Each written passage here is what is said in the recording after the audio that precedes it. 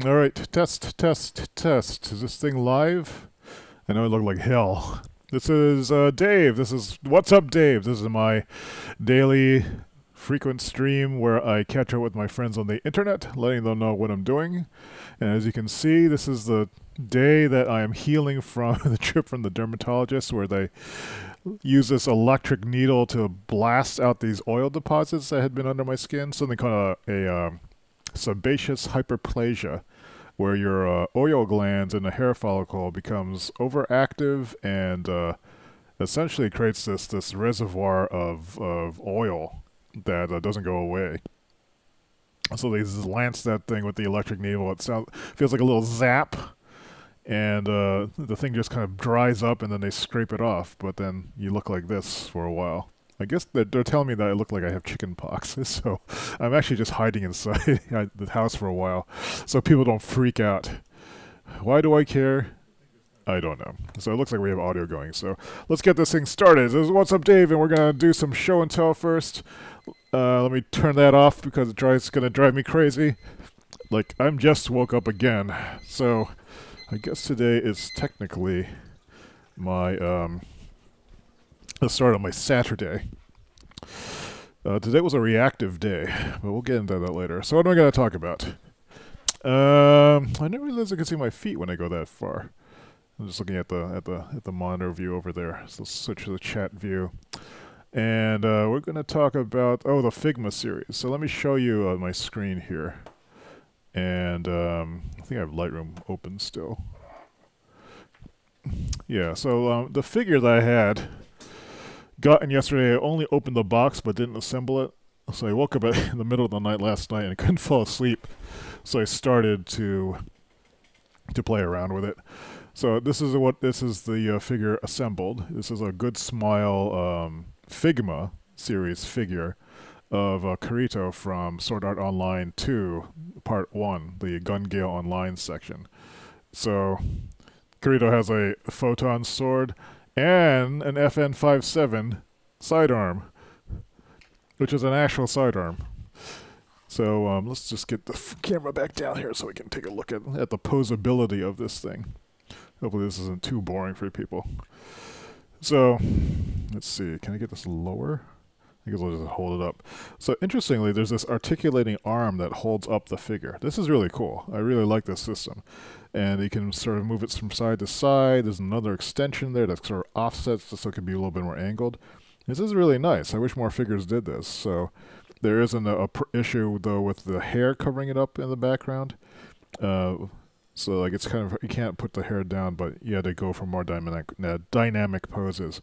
But the figure itself is quite articulated. I don't know if you can see this, but there's like you can see the joint here, and this is something they've been seeing in figures lately, but this whole arm is very posable. This is posable. I'm going to screw up my cool. I really need to fix this camera background so there's only white, because with the clutter in the background, it confuses the camera. It doesn't know how to focus on anything. It should be focusing on this, but it's already got a lock on that thing in the background. And probably this. Focus, damn it. Logitech, fix your shit. Maybe it just has to start. Maybe it assumes you're back here and you can bring it closer. Or maybe it can't. I thought it could focus closer than this, but maybe it doesn't. So the figure, this is really annoying. Let's try this white background. The figure itself, very articulate. These feet move around. The torso twists left and right. So you can actually, it's pretty dynamic. Even the cape back here flips up. So for an extra whoosh kind of effect. The hair itself moves. The head angles up and down. Wish I knew why this wouldn't focus. It'd be nice if there was like a mode, so it even like kind of wobbles left and right. So you can do some pretty good stuff. So I spent a lot. Actually, that's not such a bad pose. So I spent, I was up in the middle of the night last night, just playing around with it. Oh, that's the nail polish case. So this is, you can see, like the face is even removable. And so this is with the face removed and the front hair piece removed. There's two different ones. One is this is the one that it was like mounted with. So it kind of has like this tendril of hair in the other one. The other one's more like the swept back look. And this is a picture I took for Instagram. And that's the process picture from Instagram. You can see the various face accessories and different hands. There's even like a sword accessory, so like the sword looks like it's moving, like a motion blurred effect. So they put it together, and then I was just trying to put together a scene in which the pose looked decent. This is the one I think I used. It took a long time just to even pose this gun. So even though it's very posable, it's difficult to get the pose to stick. You nudge something, you nudge it, and then something else moves. So how do you do a left-hand low ready carry with a sidearm with your dominant hand holding a photon sword? So like I was just adjusting so it would be down like this. Do you hold tension in the arm? Do you keep the elbow bent? So it ended up being much more interesting an exercise than I thought. Oh, and then this is a picture that is just, I was going to post a reminder that I have these new calendars available and post this up on Twitter later. So yeah, so that's what's going on with that FIGMA. Man, my head looks terrible. I was just putting anyone off their dinner. So what was the next thing I was going to talk about? It was going to be, I just talked about the upcoming NaNoWRIMO calendars. I mean, they're here. NaNoWRIMO is starting November 1st, which is Wednesday. So we have the 6 colors this year. And I really am happy how these came out. So thanks to the person who suggested making a purple one. Because once I set up the purple one, I was able to make these other variations fairly quickly. Just by nudging the colors. The part that took the long time was just kind of getting the balance correctly. If I was like more together, I would produce packs of these and have them ready to ship out and distribute them to libraries next year. But I'm thinking of making some kind of cool like print kit of stuff just to have them in stock as part of like the expansion for 2018. So the last thing I have to look at before I get into talking about planning and other stuff like that is I had ordered some notebooks. So since I'm producing notebooks now, I've been just seeing what other people are making. Well, the last ones I haven't gotten was one of those Luke charmed ones. But I was intrigued by these. These are DOANE paper grid plus lines, and this is the DOANE moon camera. These are made in the USA. And so mine are in the USA too, but this is interesting because they're using this looks like this shiny steel thing. That's nice. And this is that chipboard. They sell these for 16 bucks on their website. And so I don't know how they're doing that. I can't get anywhere close to that price. But it'll be an interesting challenge. It could be the quantities. Maybe they started small. I don't know. Maybe they're selling at a loss. Maybe the wholesale price is the same. Let's take a look at it. So, like, this is like a big cut piece of mat board. It's not... Oh, it is. Okay, so what I'm looking at here to see how they built this. This is just a solid piece of punched cord. It's not... It doesn't have an inner fold. That might make it cheaper. That's something to think about. It's made 2015. These wire bound things are nice. What's holding them together? Now, so the cool thing about this paper is like this is the moon one, so you can see. I don't know if you can see it's the grid. The grids are these like the little crosshair things like you saw like in the moon pictures, which is awesome. You know, so this would be this is totally great. I want to use this one. This is nice. This is a nice notebook. Like as a sketchbook, I would switch to these immediately and use these as my main notebook instead of my in the past preferred one. Although this is a little small. It's 8.375 by 10.875. I wonder if there's a reason for that. This one's also small. Maybe it's just the form factor. Like I tend to like mine a little bigger. I tend to go with like a my previous favorite one was a 9 by, let's see, a 9 by 12, I think is like the size of my usual large size planner. It's like I used a Cache, what the hell is it called? I have this on my website someplace. It's called a Cache, well, let me just find it. They would say .com. Oops. I've got this crap all over the place.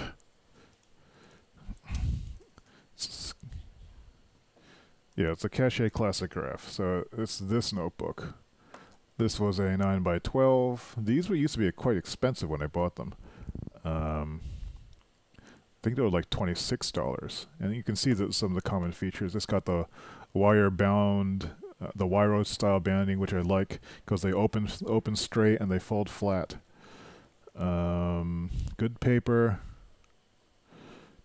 They have a turned inner page and they have this pebbled background. But you know, I didn't think about using this type of this material. I wonder if this can be sourced more cheaply.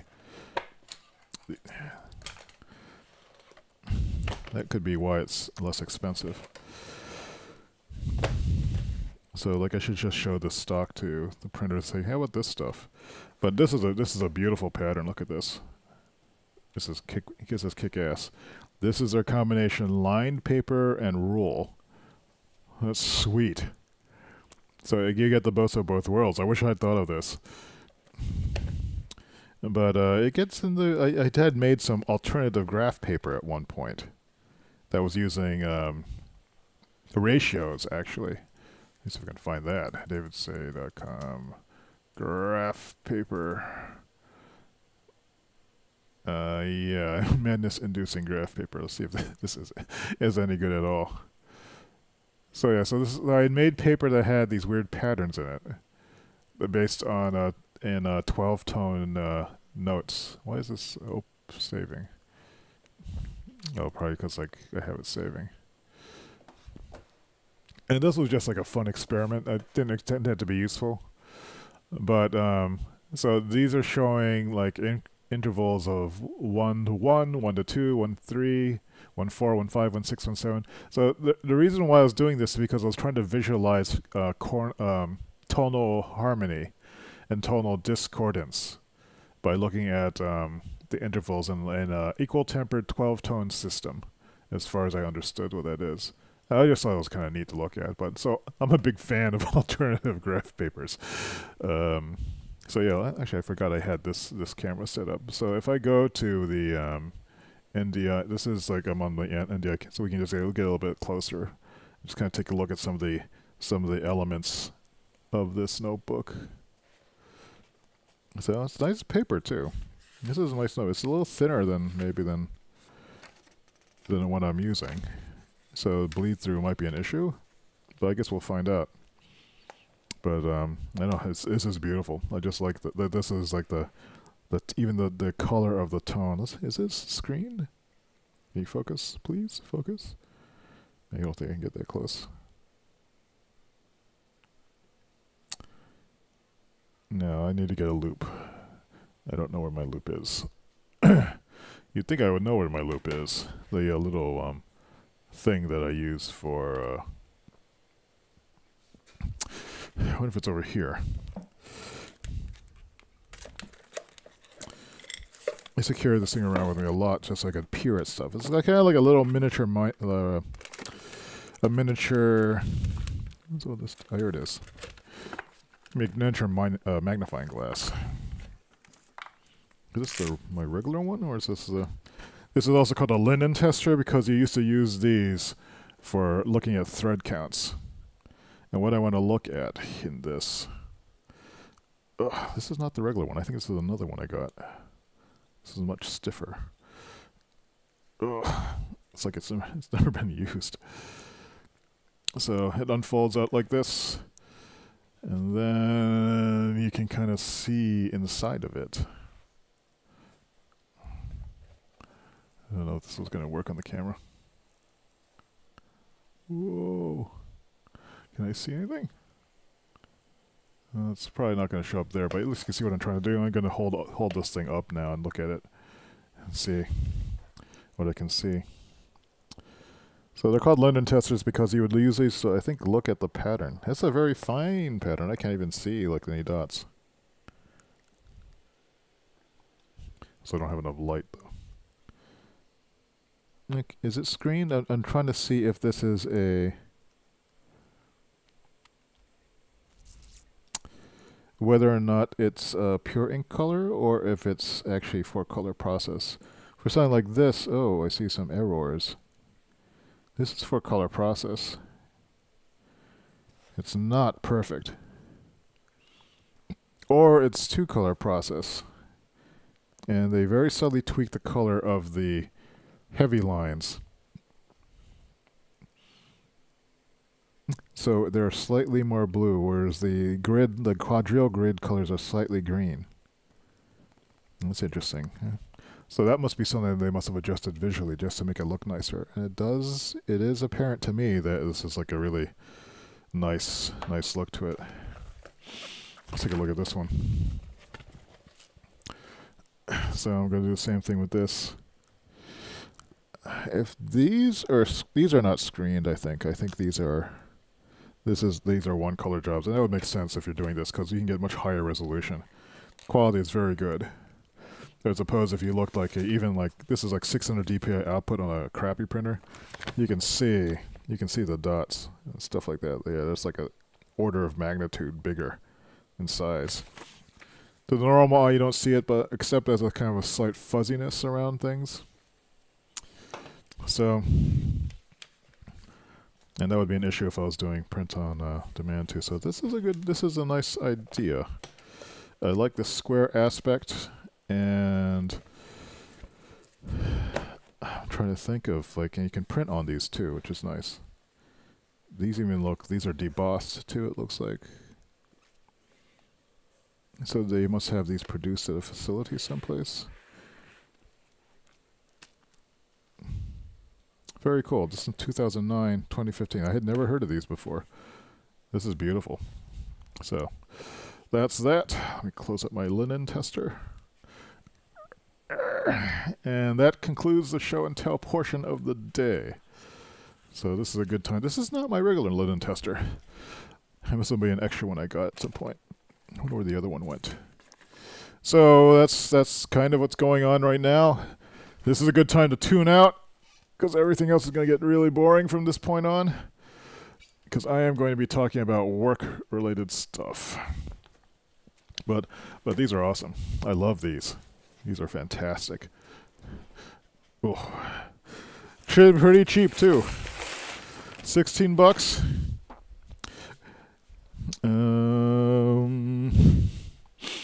I don't know if I could even produce that for $16. I was doing small runs. They must have been doing this for a while. So even, let's see, the next thing that was on my list was to look, a quick look at my current ETP. Well, today was a reactive day. I think I mentioned that.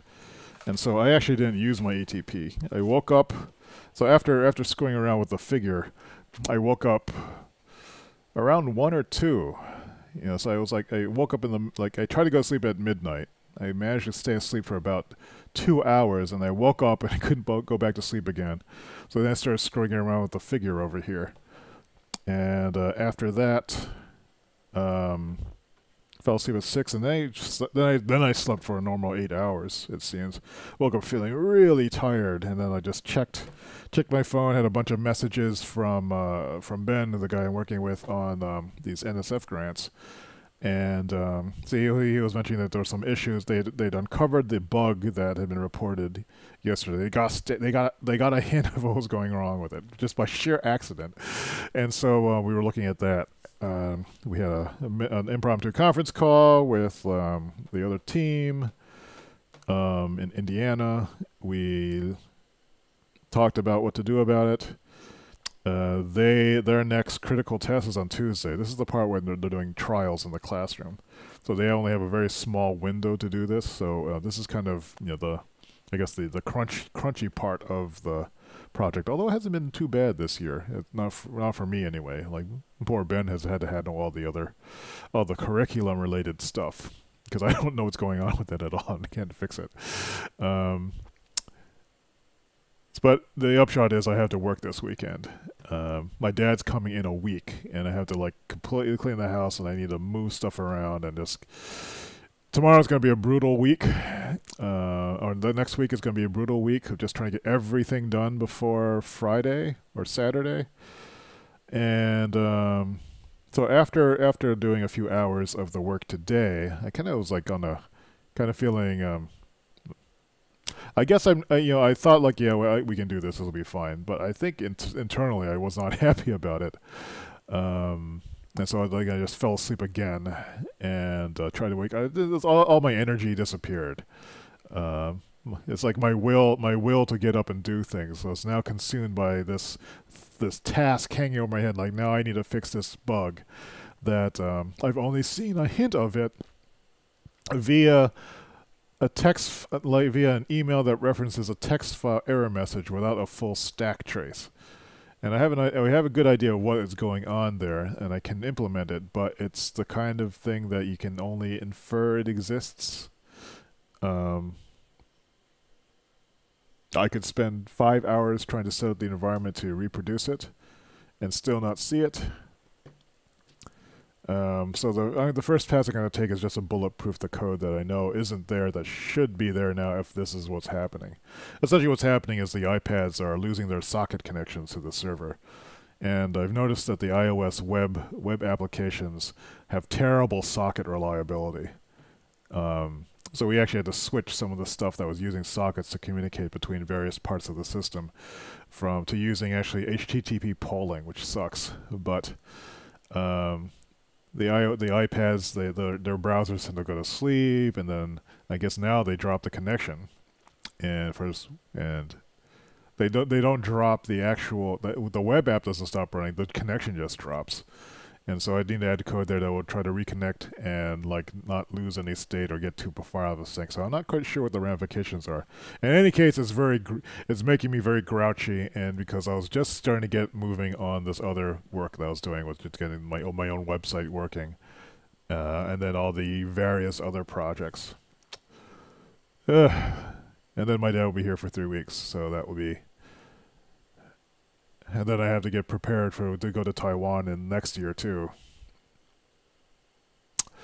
So like all these things like piling up on top of each other seems to have conspired to put me in something of a bad mood that is not a conscious decision to be. I'm not trying to be in a bad mood, but I just am feeling weary. I think maybe what it is that my brain tends to be rather to worry about things. It tends to, if something is coming up, my brain tends to dwell on it until it's over. It doesn't deal well with queuing multiple things at the same time for some reason.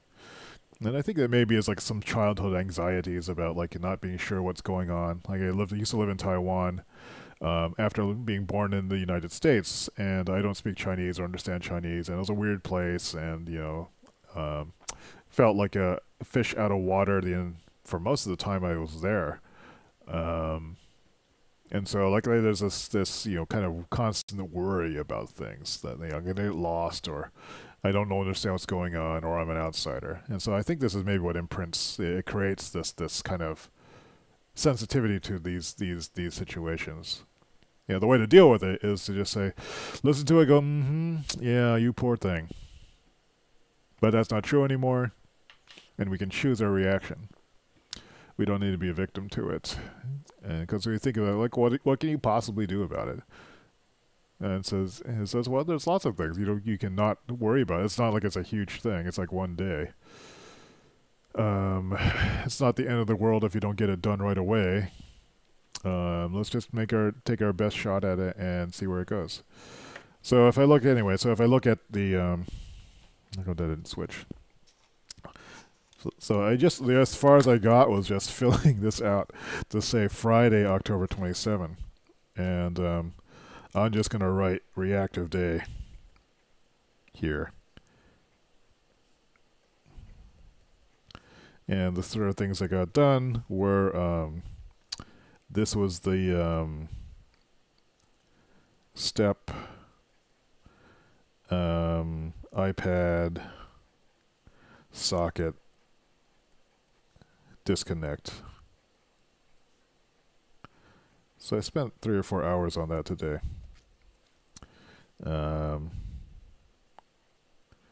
React to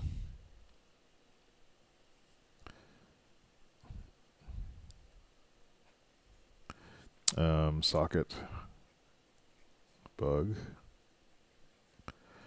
meetings and stuff like that. Did I do anything else today? Let me see if there's anything I wrote yesterday. Yesterday, I reminded myself to be, not to be just for appearances, to be seen, to be my best self. I'm going to write that again. But the idea I had today was best self club, which is the last thing I want to talk about. So I was thinking about the other day about what my mission, what my vocation was. I'm not sure which one it is. It's a mission or it's vocation or it's something like that. The idea, though, is that the things that I do for work, so I'm not a productivity expert, even though I like to make productivity tools. I'm not the designer or developer, even though I like designing and developing things like that solve particular problems. I like solving problems. I like learning how things work. I'm capable of building things, obviously. But it's none of those. None of them those really felt like a role or an identity. I've always felt a kind of yearning to have a kind of group of people that's thought the same way that I did, as far as generally trying to be optimistic, generally trying to be self-empowered, generally supportive to people, positive-minded, conscientious, capable, competent people that exalted and delighted in the things we were trying to do and sharing the results of it and supporting each other through those times of failure. And these, I realize, are actually really important values that I have. So when I imagine myself being my best self, it is to embody and live those values. And one of the additional ones that I've been working through has been like, what is it to be a vessel or conduit of joyful things? Because I think I tend to come off as being very serious, being very intense to people. And it takes an effort for me to try to I guess, make myself more accessible. This isn't always the case. In those moments when I'm just having a good time, it's obvious that I'm just exulting in things that I love. And the things that I love are seeing people overcome problems and learn stuff and make things and feeling free to express their desires and safe, but bold, daring to rise above the mediocrity of something, coloring outside the lines in a clever new way, expressing themselves not just for appearances, but to really express themselves, their inner joy. Maybe that's what it is. An inner joy that's that's not affected, that's not done for the appearances of looking cool, but it's because they genuinely are that way. That's an important value to me. And so I thought about maybe combining this with the idea of turning my Patreon into kind of a club model, in which you're joining or all the people who are donating or supporting me on Patreon. There's 50, I think, people now, which is nice. So it's not enough money to live on, but it's enough money that over time it accrues enough money that I can actually do something with it. So I think over the past 2 years, it's about at the $1,000 mark. And so with $1,000, what could I make that I could then redistribute it to people who are supporting me? So it's kind of almost like a savings club. It's like one of those savings clubs that you read about or hear about on NPR, where everyone donates a certain amount of money every month, and then one person gets all that money. It's a way of deferring or saving. It's an interesting model. But what if I thought about took the club mentality and say that yearning that I was describing about wanting to belong to a group of people that had all these various qualities, competence, compassion, I did say self-empowerment, blah, blah, blah. What if that was a club too? And I could think of it, it's almost like the Sisterhood of the Traveling Pants, or it's like a bunch of friends that are doing things, but I think the bond in this case might be the desire to be your best self, whatever that means, and to embody these principles that I've been talking about. And if there was a club, that might be kind of cool, because that club then has a purpose. And the purpose wouldn't be, I want to be more productive. I want to, become a better developer. I want to have mastery. All these things that everyone else is doing. That really is about just being together and trying to be your best. Not for the sake of appearances or to win, because that's just the way we like things. And I can imagine like badges and like membership cards. It would basically be a huge excuse to make all this stationery. Just so we can feel like we're in the best club ever. And I really like this idea. So just wanted to share that with people to see what they thought. If you have any thoughts about that, you can drop a comment in the video area, or just visit us at the virtual co-working chat room and hang out. That's essentially the basis of the club right now. That combined with the Patreon, combined with this continuing search to find what it is that is at the core of what I do. It's not productivity, it's not progress, it's not any of these things. I really am trying to be my best self and want to be around other people who are doing the same.